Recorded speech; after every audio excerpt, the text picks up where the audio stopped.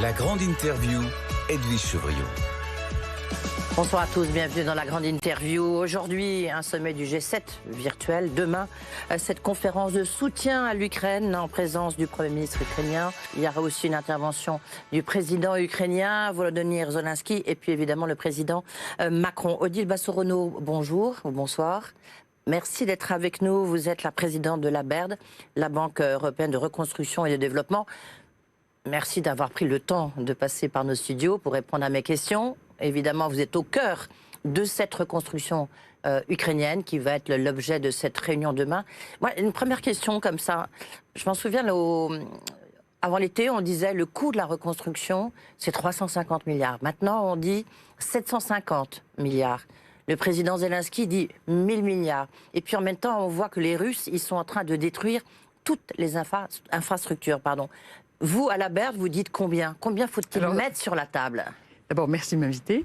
Nous, on ne donne pas de chiffres sur les montants de reconstruction. On s'appuie sur les travaux qui ont été faits, notamment par la Banque mondiale. C'est la Banque mondiale qui a fait cette évaluation de 350 milliards. Les premières évaluations de 750 milliards, elles impliquent pas seulement les destructions, donc les infrastructures qui ont été détruites, etc., les logements qui ont été détruits, les routes, les usines, mais aussi la perte de revenus de produits intérieurs bruts qui est lié à la crise, à la guerre, puisque l'Ukraine cette année a perdu plus d'un tiers de son produit intérieur brut, donc c'est une énorme perte de richesse, et c'est ça qui est aussi intégré dans ces calculs de 750 milliards. Mais comme vous le dites, toutes ces évaluations sont extrêmement évolutives. En fait, elles visent plus à donner un ordre de grandeur, une sorte de quantum, plutôt qu'à mesurer très précisément, parce que les choses sur le terrain bougent tous les jours. Et effectivement, le niveau de destruction augmente tous les jours, du fait notamment de la nouvelle stratégie russe de bombardement des infrastructures. Donc le chiffre pour nous qui, très concrètement, nous guide dans notre activité, c'est plutôt les 8 milliards de besoins immédiats ou de reconstruction d'urgence pour 2023 qui sont évalués, qui sont aussi évolutifs, mais qui donnent un ordre de grandeur 8 milliards, mais j'ai envie de dire par rapport aux 750 milliards, ça fait un peu une goutte d'eau, non? C'est ce qui est nécessaire très très urgemment pour les infrastructures d'urgence. Donc c'est pas l'ensemble du besoin de soutien, mais c'est les infrastructures pour maintenir l'énergie, l'électricité, le fonctionnement du chauffage, etc. Donc c'est une toute petite partie du besoin, mais c'est ce sur quoi il est le plus urgent d'agir aujourd'hui. Oui, parce que à la différence de la conférence de Lugano et Bernard, il y a eu 3 conférences comme ça, c'est la 4e. Donc c'est que là, on est dans une stratégie de guerre de la part des Russes de destruction justement de ces infrastructures, des hôpitaux, l'électricité. Et c'est ça que vous allez prendre en compte demain. Oui, exactement. Alors, il y a une conférence cet été, par exemple, à Lugano, qui était plus sur comment on s'organise pour la reconstruction le jour où la guerre sera finie. Je pense qu'aujourd'hui, demain, la conférence est beaucoup plus sur comment s'organiser à très court terme et comment apporter du soutien à très court terme à l'Ukraine pour faire face à ces destructions d'infrastructures qui ont un effet extrêmement important sur la population et sur la capacité du pays à poursuivre la guerre. Oui. Parce que c'est important d'avoir du soutien militaire, mais c'est aussi très important de soutenir l'économie, la capacité du gouvernement à financer les salaires, les retraites, etc. Et puis la capacité des grandes infrastructures à fonctionner, électricité, chauffage, moyens de transport. Ouais, justement, j'avais dire quelles sont les urgences notamment de la BERD, parce que c'est vous êtes en première ligne. Quelles sont les urgences là? Ça va être sur les groupes électrogènes, c'est sur les ponts. J'entendais aussi que là il y avait une vraie urgence et que les PME françaises, mais on en parlera tout à l'heure, sont en première ligne. Quelles sont les urgences pour vous, enfin pas pour vous, pour les Ukrainiens? Alors, les urgences pour les Ukrainiens, c'est ce que je disais, c'est-à-dire d'avoir le minimum nécessaire pour faire fonctionner l'État, continuer à faire la guerre et se protéger avec les armements et les systèmes de protection nécessaires. Mais sinon, sur le plan économique, c'est faire fonctionner l'État. Et donc ça, c'est le soutien budgétaire. Et les Américains et l'Union européenne se sont mis d'accord sur sécuriser, donner de la visibilité sur l'aide budgétaire à l'État.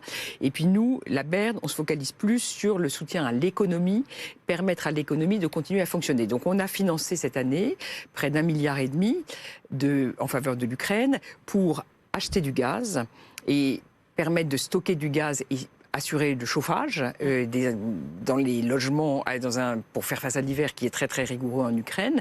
Donc on a financé 700 millions d'euros, 500 sous forme de prêts, 200 millions de dons de la Norvège pour financer le gaz. Soutien massif aussi à l'entreprise de réseau électrique pour qu'elle puisse réparer au fur et à mesure des destructions et maintenir l'électricité dans des conditions extrêmement difficiles. Donc on avait déjà fait un prêt de 150 millions d'euros.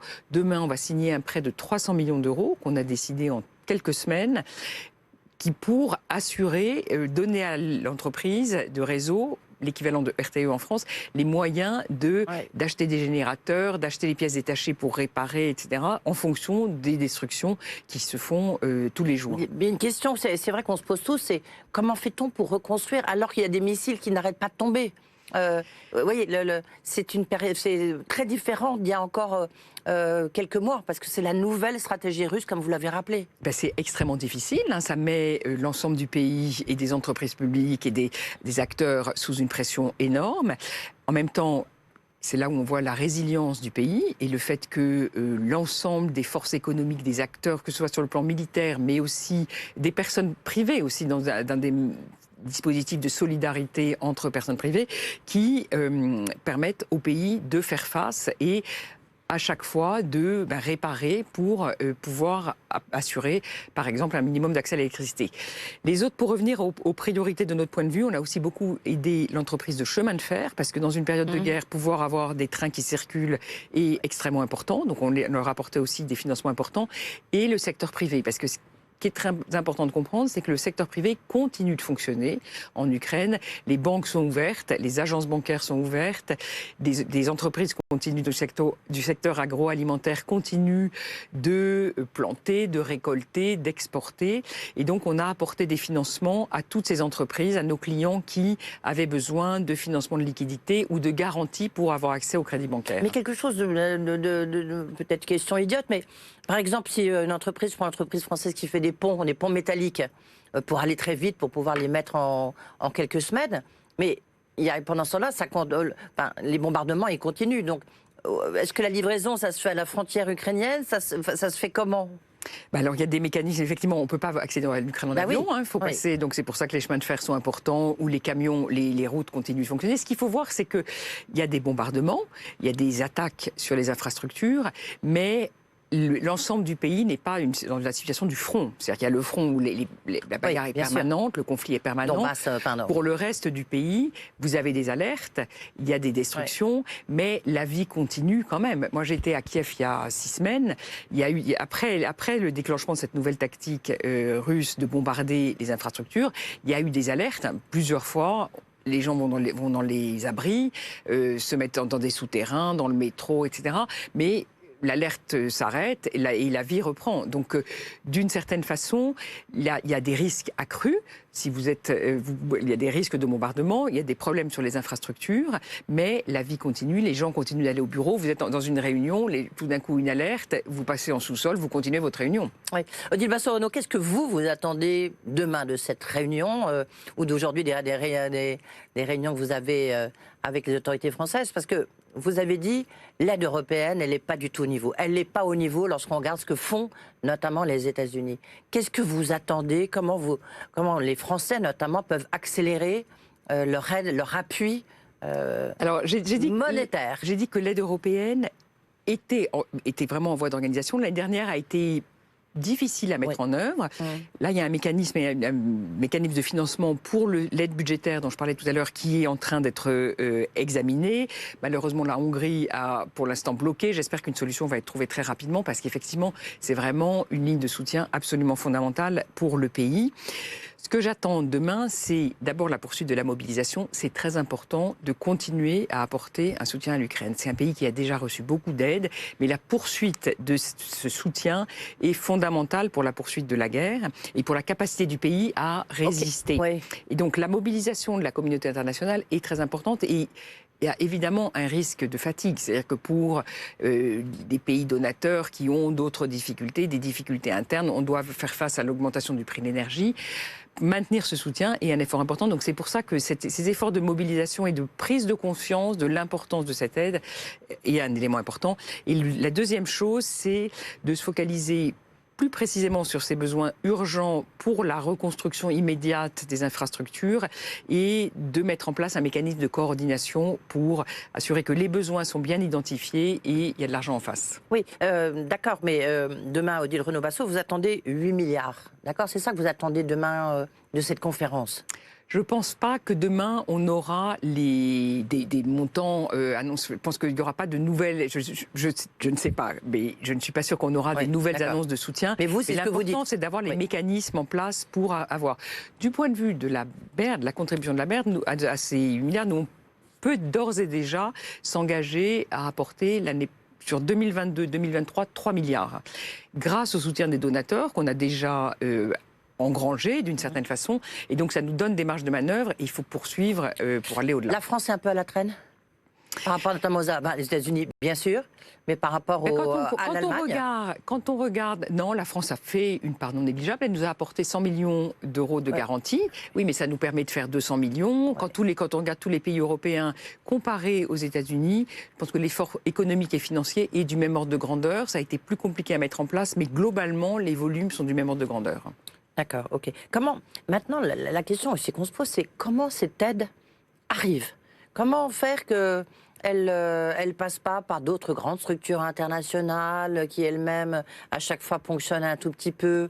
On sait quand même que le régime ukrainien, avant, était quand même un régime où il y avait un petit peu de corruption. Comment faire pour que ça arrive vraiment aux Ukrainiens qui sont dans les caves depuis 6 mois pour reconstruire le pont, que ça arrive bien là où ça doit arriver? Alors je pense que passer dans une situation de guerre comme celle d'aujourd'hui, passer par des organisations multilatérales est une bonne façon de sécuriser et de donner de la visibilité. Non, ça va très vite. Nous, on a fait 1,5 milliard de financement cette année, à partir du mois de mai. Et je vous dis, on a fait un prêt pour la société d'électricité en un mois. Et le prêt va être décaissé. Ça passe directement de la BERD à la société d'électricité. Voilà, donc nous, on passe par des entreprises qu'on connaît, qui sont nos clients depuis longtemps, sur lesquels on a travaillé par exemple pour renforcer leur gouvernance, s'assurer que les mécanismes de gouvernance étaient clairs, transparents, adéquats. Et quand c'est possible, on verse directement aux prestataires de services. Par exemple, quand on finance l'achat de gaz, il y a un processus d'appel d'offres pour proposer des offres de gaz, de fourniture de gaz, des présélections des fournisseurs, et on paye directement aux fournisseurs pour aller directement à la personne qui va fournir le service ou la prestation. Et donc on a ces mécanismes de mise en œuvre qui vont assez vite. Est-ce que vous y arrivez assez bien? Enfin, je veux dire, est-ce que ça, vous voyez, est-ce que l'aide arrive? C'est bien décidé ici au Quai d'Orsay à Paris, on a besoin de temps, il faut temps, mais après... L'aide arrive, et le gouvernement ukrainien aussi s'est mis en ordre de fonctionnement d'une façon extrêmement impressionnante pour délivrer très rapidement aux bénéficiaires ultimes et à la population. Oui, parce qu'en fait, on parle de l'Ukraine, bien évidemment, mais les conséquences sont aussi très importantes. Si on pense à la Moldavie, si on pense même à la Pologne, enfin, tous les pays limitrophes sont impactés par cette guerre. Est-ce que ça inclut aussi, notamment le petit État de la Moldavie? Effectivement, alors tous les pays voisins ont été impactés par la guerre. Il y a plusieurs canaux. Le premier, c'est les réfugiés. Il y a eu 6 millions de personnes qui ont quitté l'Ukraine et qui ont été en premier lieu dans les pays voisins.